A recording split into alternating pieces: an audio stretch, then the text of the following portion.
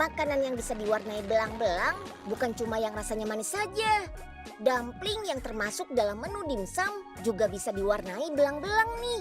Dumpling sekilas mirip sama siomay ya. Soalnya mereka memang masih satu keluarga. Biasanya dumpling berisi sayuran atau daging cincang. Tapi kalau dumpling belang-belang ini sih isiannya keju. Makin nikmat deh. Sisa satu nih. Aduh! Ya, dumpling sisa satu-satunya melon malah jatuh lagi. Aduh! Siapa sih yang ribut bener siang-siang gini? Waduh, gawat nih. Mel, maaf Mel. Gimana sih? Main bola nggak hati-hati? Iya Mel, maaf deh. Unyil nggak sengaja. Aduh.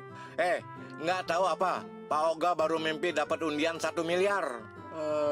Ini Boga, Unyil bikin jatuh dumpling Melani. Udah sisa satu-satunya lagi.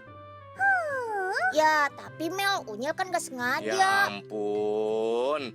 Cuma emping aja, ributnya kayak lagi nangkep maling. Udah. Beli lagi nanti di warung no. Ayo Unyil ganti. Ya udah, gini aja. Kita ke pabriknya langsung aja Mel. Sepuasnya deh makan di sana. Lah. Ayo. Kenapa pada pergi? Waduh, orang tua dicuekin.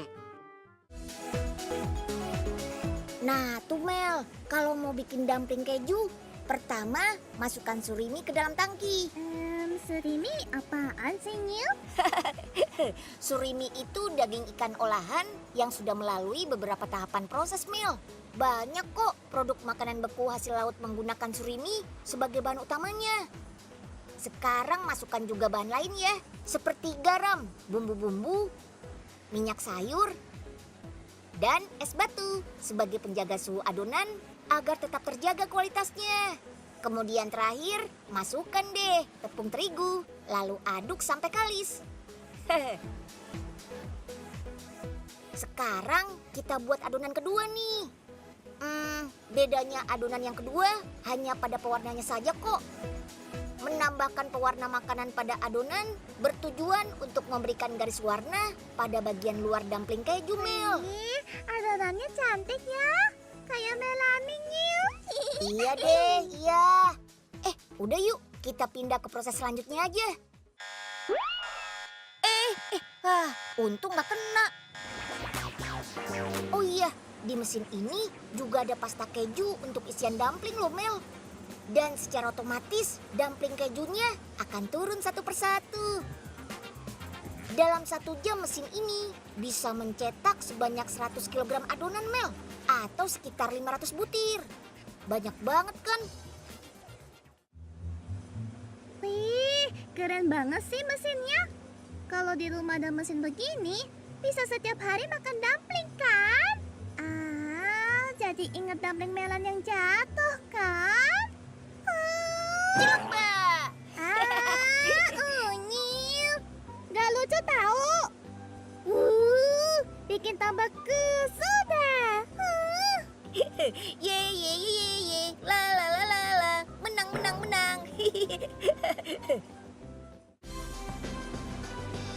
Nah, balik lagi nih. Setelah cetak, dumpling kejunya akan masuk ke dalam tangki rebus. Tangki berisi air dengan suhu 40 derajat Celcius ini bisa membuat dumpling keju kenyal dan tidak mudah pecah. Keren kan? Wah, berjalan secara perlahan sampai juga deh di tangki perebusan kedua. Suhu air ini lebih besar, sampai 100 derajat Celcius. Panas ya Nyil? 100 derajat Celcius kan angka titik didih air Nyil. Wih, pinter banget Melan. Nah, setelah direbus selama beberapa menit, dumpling kejunya siap diangkat deh.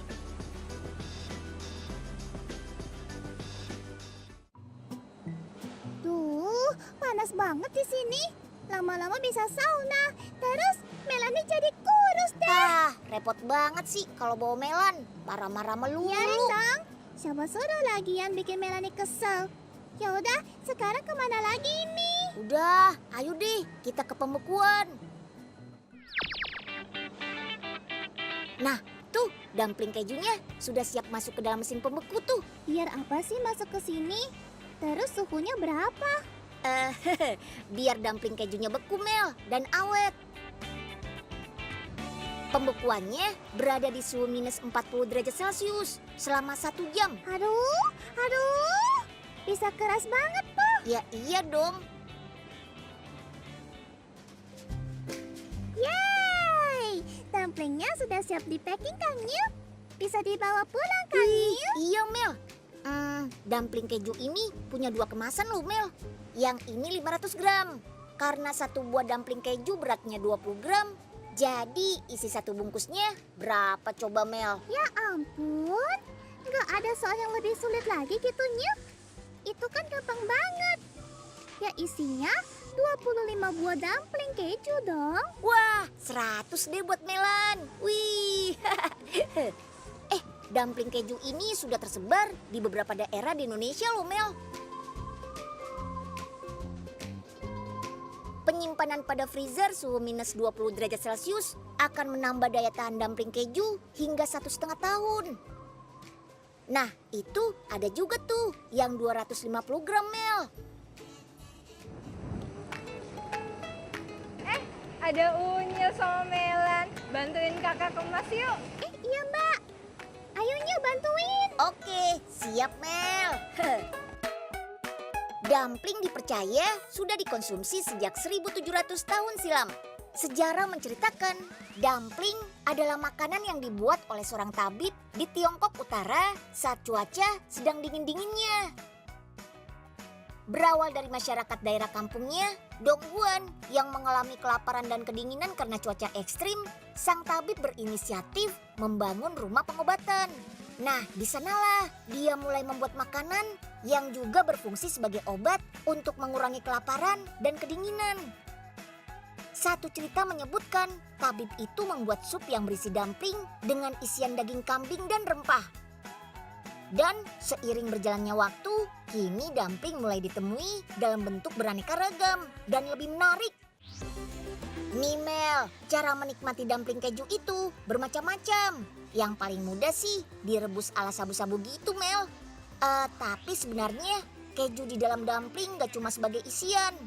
Faktanya dalam 100 gram keju terkandung energi, protein, lemak, karbohidrat, kalsium, fosfor, zat besi, sampai vitamin.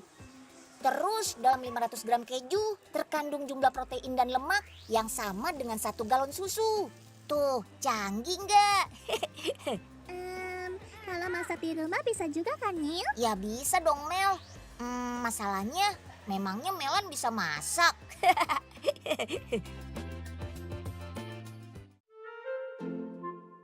Nah, ini Mel, Unyil bawain dumpling keju nih.